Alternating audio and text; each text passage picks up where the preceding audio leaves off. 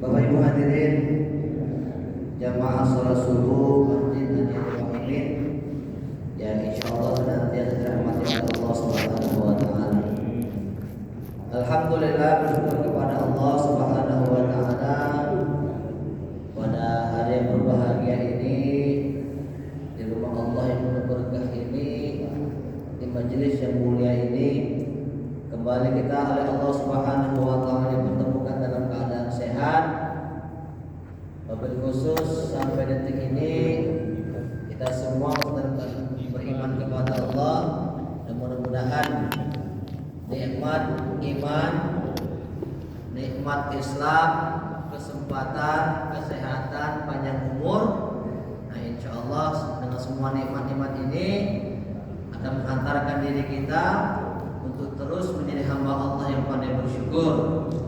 Kemudian salawat dan salam semoga senantiasa tercurahkan kepada junjungan kita Nabi besar Muhammad sallallahu alaihi wasallam, para sahabatnya, keluarganya, para tabi'in dan tabi'innya, dan kita semua umatnya insyaallah istiqomah menjalankan sunnah dan syariat hingga yaumul qiyamah. Mudah-mudahan nanti pada saatnya nanti di yaumul mahsyar kita semua, keluarga kita, orang tua kita dan guru-guru kita serta semua orang yang telah berjasa dalam kehidupan kita, insyaallah pada saatnya nanti kita berharap akan syafaat daripada Rasulullah sallallahu alaihi wasallam di padang mahsyar. Amin ya rabbal alamin. Bapak Ibu hadirin jamaah salat subuh yang kami hormati, tentu yang kami muliakan para orang tua kami, guru-guru kami, Bapak Haji dan Ibu Hajah, para ustaz wal ustazah, Bapak Ibu jamaah salat subuh yang insyaallah dirahmati oleh Allah Subhanahu wa taala. Pada pagi hari ini tentu kita semua menyadari dan berharap bahwasanya dan kita meyakini setiap makhluk Allah yang hidup sampai detik ini satu saat nanti pasti akan kembali kepada Allah Subhanahu wa taala dengan segala amal perbuatannya untuk dipertanggungjawabkan. Semasa hidup di dunia, siapapun dia, apapun status sosialnya, pasti mendambakan kehidupan yang tenang, ya Pak ya. Pengen hidupnya tenang, pengen hatinya merasa damai, pengen hatinya merasa lapang, hatinya udah sempit, pengen memiliki akhlakul karimah, ingin memiliki akhlak yang baik-baik untuk dirinya ataupun zuriatnya ataupun keturunannya. Nah, itu adalah semua sesuatu yang diidam-idamkan oleh semua manusia.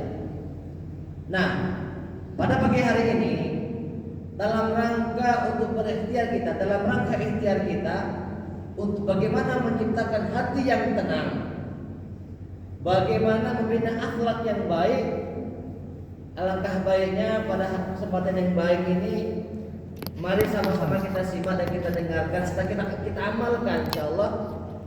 Ada beberapa pesan daripada khalifah yang keempat, Khalifah Ali bin Abi Thalib karramallahu wajhah.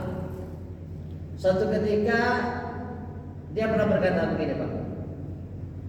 Wahai manusia, sungguh aku wasiatkan kepadamu 7 perkara. Jika kalian ingin mendapatkan ketenangan hati dan membina akhlakul karimah. Jadi Pak, kalau hati kita menjadi lapang, hati kita menjadi tenang, maka insya Allah nasihat Ali karramallahu wajhah ini insya Allah bisa kita terapkan, mudah-mudahan. Apa yang pertama kata Ali? Jika ingin hatimu merasa tenang, jika ingin hatimu merasa tenang, yang pertama apa? Jangan terus-terusan meratapi masa lalu. Kita ini Pak, semuanya punya masa lalu. Benar Pak ya? Masa lalu kita ini ada yang baik, ada pula yang buruk. Nah, tapi kita menyadari Pak, Pak Ustaz, aku ini banyaklah buruk. Aku juga benar itu Pak. Aku merasa di antara perbuatan baik dan burukku, aku yakin banyaklah buruknya. Karena dosa itu ada dosa yang kita lakukan secara sengaja maupun tidak sengaja. Nah, yang tidak sengaja itu kadang-kadang kita tidak paham, merasa kita ini baik. Setiap anak Adam itu kan pernah melakukan salah. Kullu bani Adam khata'un. Setiap anak Adam itu pasti pernah melakukan kesalahan. Wa khairu min khata'ina at-tawwabun. Dan sebaik-baik mereka yang salah menyadari kesalahannya dan segera bertobat. Nah, masa lalu yang kelam, masa lalu yang buruk itu, Pak, jangan terus kita ratapi sehingga membuat hati ini menjadi sempit. Ay ngapor, ay ya Allah, ampun salih anakku, ay ngapor begitu dan begitu. Yang sudah-sudah, Pak. Nah, karena sejatinya Rabbul Jalali wal Ikram, Allah itu, Pak, tidak melihat masa lalu kita, tapi Allah melihat akhir daripada kehidupan kita. Manusia mana yang tidak pernah berbuat salah? Bahkan selain Nabi Adam itu makhluk manusia pertama kali Allah ciptakan itu pernah berbuat salah. Nah, kemudian termasuk juga iblis atau ya iblis begitu kan, yang merupakan makhluk Allah yang terlaknat sampai hari kiamat. Lalu kenapa kemudian baik Adam, iblis ketika baru satu kali berbuat kesalahan, kemudian Allah campakkan dia dari surga. Nah, inilah kata perbedaannya, Pak. Ketika dua-duanya Allah lemparkan dari surga, ketika sudah di dunia, nah ada dua sifat yang kemudian menjadi pembeda antara iblis dengan Adam. Iblis kemudian Allah laknat sampai hari kiamat, dan Adam kemudian Allah terima taubatnya. Nah, para alimul ulama, para hukama, para alim itu mengatakan setidaknya ada 5 sebab, ada 5 perkara yang kemudian menyebabkan iblis itu tetap terlaknat sampai hari kiamat. Yang pertama, iblis itu, Pak, tidak pernah mengakui dosanya. Dia pernah berbuat dosa, cuma dia tidak ngaku. Aku sudah merasa berdosa ketika aku menolak perintah Allah untuk sujud kepada Adam. Itu pendapat iblis. Dia tidak pernah mengaku dia telah berbuat dosa. Yang kedua, setelah berbuat dosa, iblis tidak pernah menyesal. Nah, kita ini kadang, Pak, bagi orang yang Masya Allah, yang orang yang berhati-hati, kadang-kala salah sebut uang salah sebut nama uang, kadang-kadang istighfar, astagfirullahaladzim. Nah, itu artinya kita menyesal berbuat dosa. Nah, iblis melanggar perintah Allah. Pertama, dia tidak pernah merasa berdosa. Yang kedua, dia tidak pernah menyesal setelah berbuat dosa. Lalu yang ketiga, iblis tidak pernah mencela dirinya.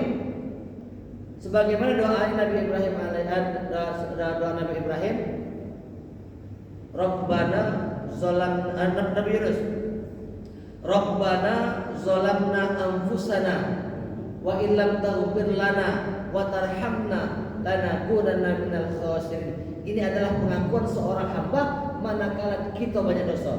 Rabbana zalamna, ya Allah ya Tuhan kami, sesungguhnya kami telah menzalimi diri kami.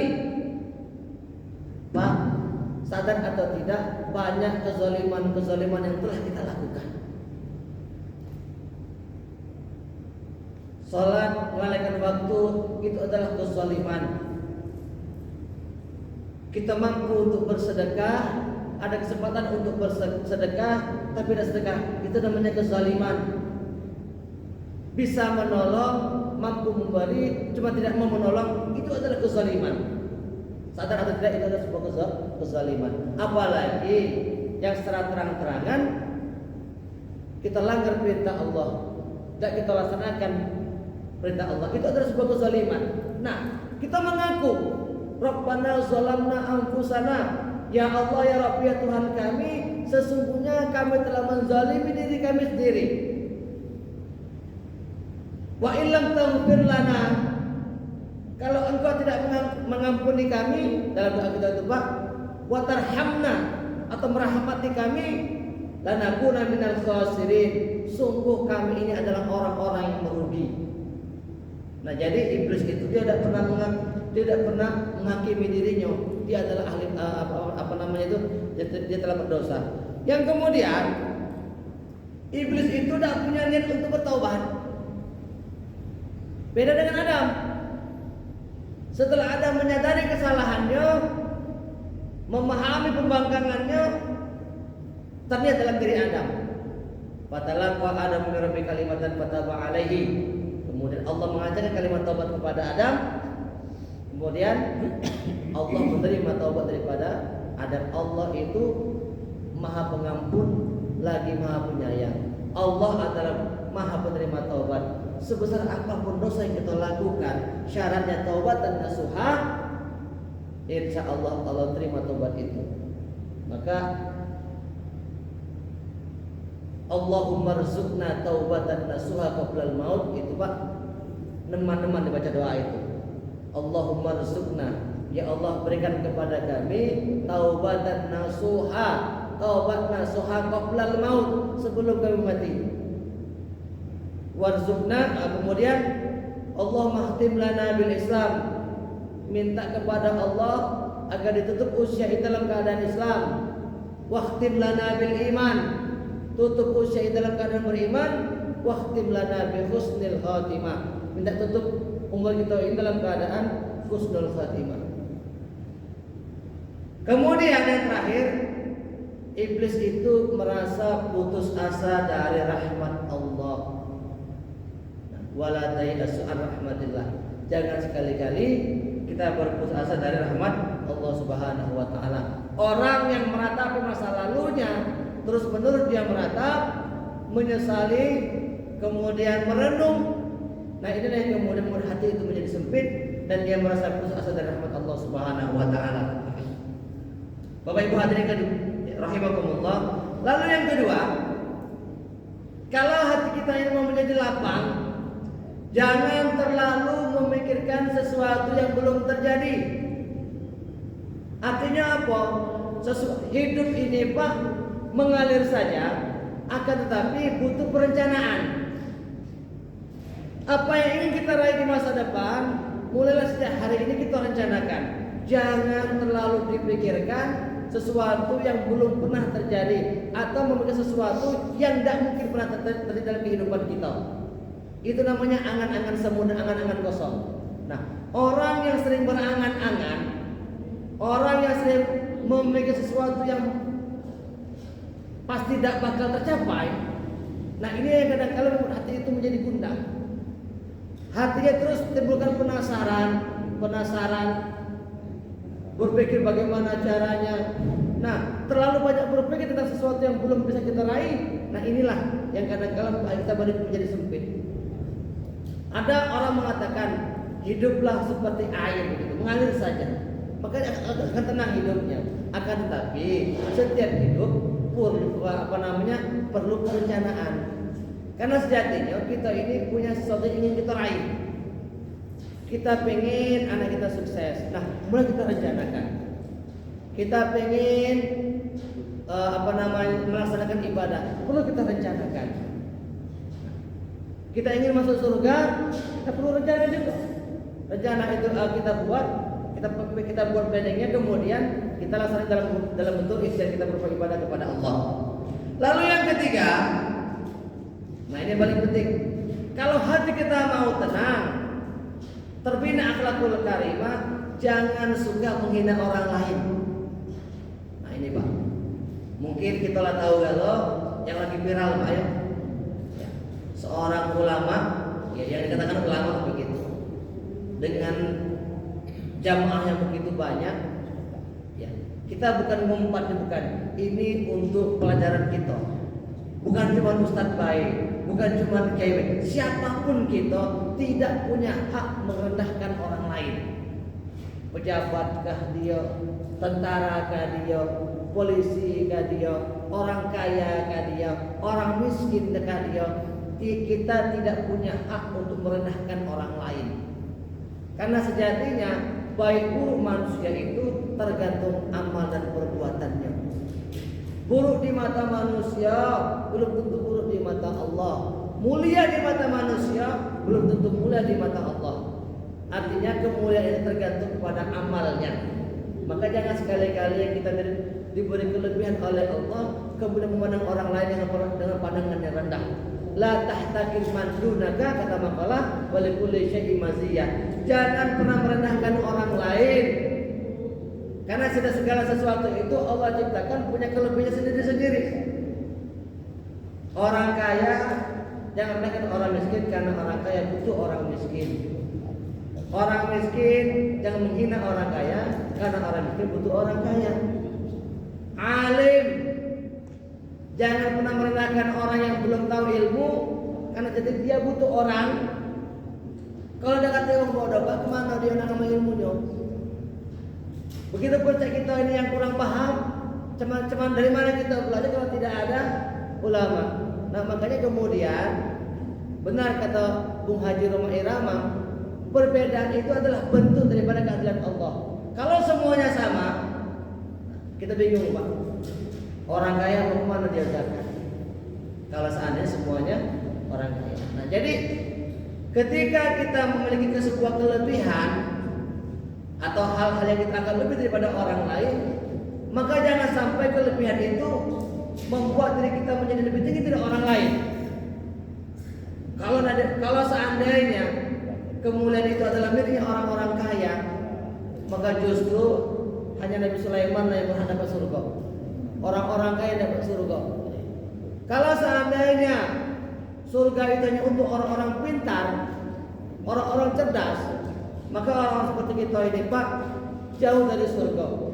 Nah, makanya surga itu Allah siapkan kepada siapa saja bagi mereka yang berusaha untuk meraihnya. Bapak Ibu hadirin jamaah salat subuh rahimakumullah. Lalu yang keempat, jangan selalu mengharapkan imbalan dari sesuatu yang kita kerjakan. Wa ta'awwanu 'alal birri wat taqwa. Tolong menolonglah kamu dalam kebaikan dan ketakwaan. Setiap kebaikan yang kita lakukan jangan selalu diukur dengan materi, jangan selalu diukur dengan apa yang akan kita dapatkan. Kadangkala hati itu bisa menjadi tentram jika seandainya hati kita memberi kita tanpa berharap. Sama kayak kita sedekah Pak. Mungkin kita lah pernah merasakan betapa ya Allah, guna sedekah niat ya Allah. Nah, ada ketika kita bersedekah 50.000 dengan hati ikhlas, itu balik ke rumah hati sebanyak itu tenang dalam hati itu Pak. Mungkin pernah ngalami Pak ya. Walaupun 2.000 tapi ikhlas niat, balik ke rumah tenang hati kita. Nah, jadi artinya setelah kita memberi atau setelah kita berbuat nolong orang, menasihati orang, jangan pernah selalu ya, pernah selalu untuk mengharapkan imbalan dari sesuatu yang kita lakukan. Beda kalau gawe Pak. Kalau kerja beda konsepnya Pak. Kalau kerja beda konsepnya. Kita bekerja memang itu perintah Allah. Bekerja untuk memenuhi nafkah keluarga dan bekerja tentu ada imbalan yang akan kita raih. Lalu yang kelima, kalau hati ini ingin tenang, kalau pribadi kita ingin menjadi pribadi yang lebih baik, jangan pernah tamak. Jangan memiliki sifat tamak. Sifat tamak itu Pak, dia tidak pernah cukup. Dia tidak pernah merasa cukup apa yang dia miliki. Makanya sikap zuhud itu, sifat wara itu penting. Wara itu artinya dia merasa cukup. Apalagi dia kalau sudah wara, qanaah pula. Dia menerima segala sesuatu itu dengan ikhlas. Itu namanya qanaah. Yang kita makan hari ini, yang kita pakai hari ini, yang kita nikmati hari ini, nah itulah rezeki kita. Nak lebih boleh, nak banyak boleh. Cuman banyak atau sedikit yang kita raih, maka syukuri. Yang jangan pernah mengambil hak yang bukan hak kita.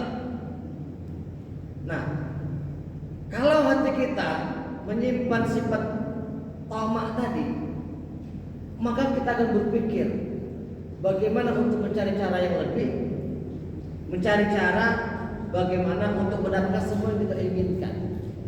Nah, kalau sudah menghalalkan segala cara, maka alamat Pak, alamat hati kita akan dipenuhi oleh sifat-sifat buruk, menipu ada di situ, khianat ada di situ, apalagi macam-macam lah pokoknya.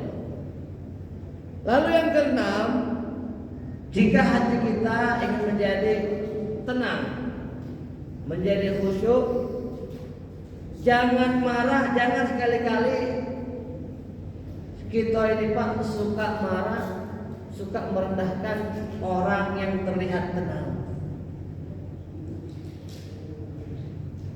Banyak orang mengatakan ya, diam-diam menghanyutkan. Kemudian air tenang tanda tak dalam. Oh jangan salah. Kadang-kala orang diam itu hanya karena dia ingin menghindari sebuah permasalahan. Dia tahu dia dihina, dia tahu dia direndahkan. Bukan dia tidak berani melawan, hanya saja diamnya dia adalah sebuah pilihan agar dia timbul permasalahan yang lebih besar. Maka kalau kita ngomong diam, kalem, nah orang seperti itulah Pak yang kadang-kala itu bahaya luar biasa. Maka jangan sekali-kali kita merendahkan dan meremehkan orang yang pendiam. Dikata senyum, diejek-ejek tetap tenang, kemudian dikata-kata tetap diam.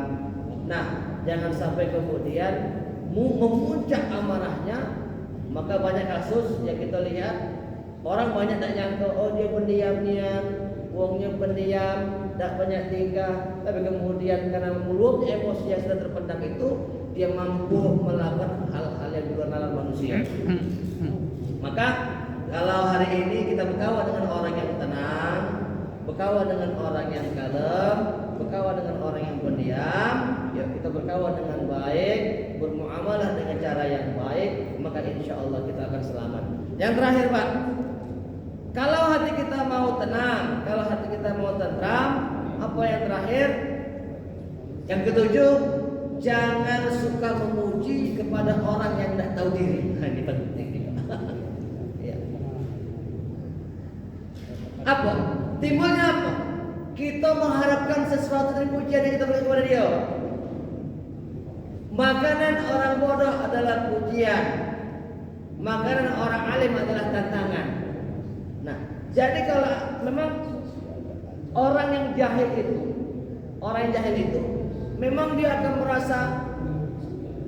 merasa paling jadi manusia yang paling baik manakala dia dipuji. Abu Jahal itu Pak, Abu Lahab itu, ketika dia berkumpul dengan budak-budaknya, dia berkumpul dengan para sahabat-sahabatnya. Nah, mereka yang hadir situ itu terus memuji-muji Abu Jahal, memuji-muji Abu Lahab. Engkau adalah pemuda Quraisy yang hebat, engkau tidak terkalahkan. Kemudian engkau begini begitu. Nah, ketika dipuji tadi, apa reaksi Abu Jahal? Wah, dia merasa lebih tinggi hati. Benar, aku ini memang hebat. Benar, aku ini memang kaya. Nah, jadi artinya jangan suka memuji, jangan pernah memuji kepada orang yang tidak tahu terima kasih. Nah, inilah yang kadang-kala terjadi dalam kehidupan kita. Memuji orang boleh dengan kesolehannya, memuji orang boleh dengan kebaikannya, tetapi jangan sekali-kali kita memuji orang karena dosa-dosanya. Wah, hebat nih engkau, judi malam tadi pacak menang 20 juta. Wah, pakam nih engkau nyelat pacak menang segala macam. Artinya apa? Itu pujian yang justru membuat manusia itu menjadi lalai. Ya. Ini kemarin terjadi Pak. Wah, hebat nih engkau malam ini macam. Nah, jangan pernah sekali-kali kita memberi pujian kepada orang-orang yang bermaksiat. Karena biasanya kita berharap dari pujian yang kita berikan tadi itu suatu imbalan. Bapak Ibu hadirin jamaah salat subuh rahimakumullah. Itu banyak. Kalau hati mau tenang, yang pertama jangan terus meratap masa lalu. tapi masa lalu itu diperbaiki. Kalau masa lalu itu buruk, diperbaiki untuk di masa-masa yang akan datang. Kalau masa lalu itu adalah masa yang baik, maka ditingkatkan untuk lebih baik di masa yang akan datang. Yang kedua, jangan terlalu memikirkan, sibuk memikirkan sesuatu yang belum terjadi dalam kehidupan kita. Cak mati, Pak. Mati itu jangan terlalu dipikirkan. Mati itu dipersiapkan. Sampai orang sibuk mikir mati, cak mana gaya aku mati, cak mana anakku, cak mana kebunku, cak mana rumahku, maka sampai dia lupa akan mempersiapkan dirinya untuk mati. Mati itu dipersiapkan, bukan untuk dipikirkan. Dalam artian mikir yang caca mati gitu, caca mati gitu. Nah, tapi lupa persiapan. Yang ketiga, jangan sekali-kali kita merendahkan orang lain, walaupun orang itu kita anggap lebih rendah dari kita. Karena sejatinya pasti dia punya kelebihan yang mana kelebihan itu tidak kita miliki. Mungkin kita kaya, tapi dia sabar. Dia sabar dengan kemiskinannya. Dia lebih kuat menghadapi kenyataan hidup. Karena kita belum tentu, Pak, kita ini belum tentu sanggup hidup seperti dia.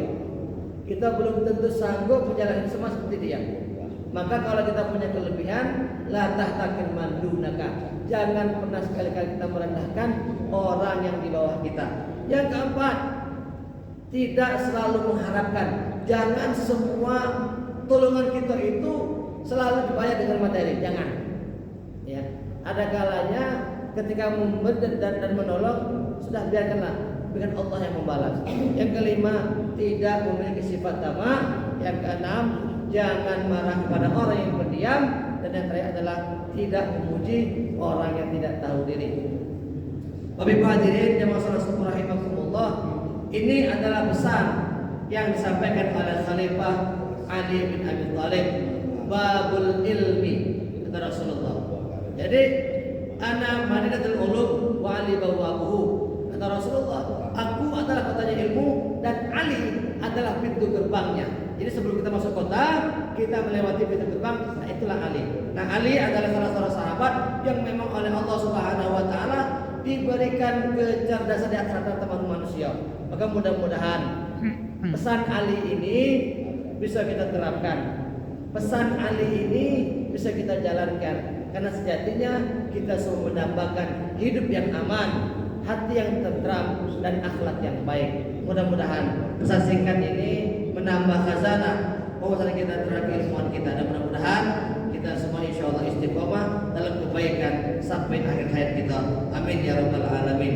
Bapak hadirin yang rahimakumullah, sebelum kita mengakhiri taklim kita pada pagi hari ini, kita berdoa kepada Allah Subhanahu wa taala. Yang pertama, Allah Subhanahu wa taala berkenan mengampuni semua dosa-dosa kita. Allah Subhanahu wa taala mengampuni dosa-dosa kedua orang tua kita, baik yang masih hidup atau yang telah meninggal dunia. Yang hari ini ada masalah kesehatan atau dalam keadaan sakit, mudah-mudahan Allah Subhanahu wa taala segera angkat penyakitnya. Yang hari ini ada masalah keluarga, masalah di masyarakat, masalah dalam hal ekonominya, mudah-mudahan Allah Subhanahu wa taala beri solusi dari semua permasalahannya. Yang hari ini mudah-mudahan Allah Subhanahu wa taala kabulkan semua hajat-hajat dan keinginannya. Walikulli niyatis sholihah kiramil Fatihah. A'udzu billahi minasyaitonir rajim. Bismillahirrahmanirrahim. Alhamdulillahirabbil alamin arrahmanir rahim maliki yaumiddin. Iyyaka na'budu wa iyyaka nasta'in. Ihdinas siratal mustaqim. Siratal ladzina an'amta 'alaihim ghairil maghdubi 'alaihim waladdallin. Amin. A'udzu billahi minasyaitonir rajim. Bismillahirrahmanirrahim. Alhamdulillahirabbil alamin. Assalatu wassalamu ala asrofil anbiya'i wal mursalin wa ala alihi wa ashabihi rasulillahi ajma'in. Alhamdulillahirabbil alamin hamdan syakirin hamdan na'imin hamdan yuwafi ni'amahu wa yukafi mazidah. Ya Rabbana lakal hamdu kama yanbaghi li jalali wajhikal karim wal 'azimi sultanik.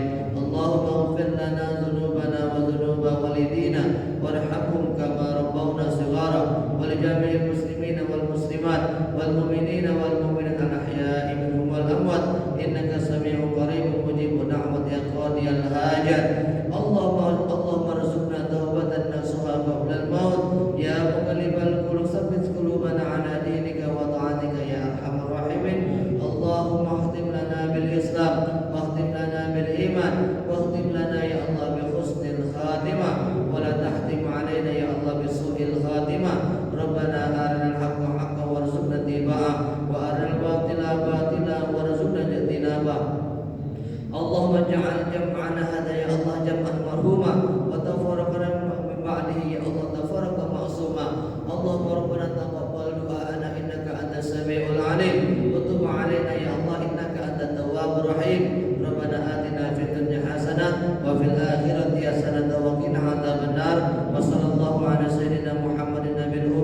وعلى آله وأصحابه رسول الله أجمعين سبحان ربك رب العزة عما يصفون وسلام على المرسلين والحمد لله رب العالمين. السلام عليكم ورحمة الله وبركاته.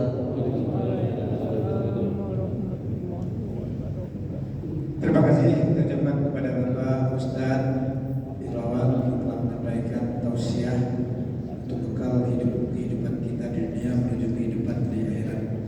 Semoga ilmu yang disampaikan bermanfaat bagi kita semua. Bapak Ibu hadirin yang saya hormati, demikian acara kita pada hari ini kita akhiri dan kita tutup dengan sama-sama melapaskan hamdalah. Alhamdulillahirabbil alamin. Wassalamualaikum warahmatullahi wabarakatuh.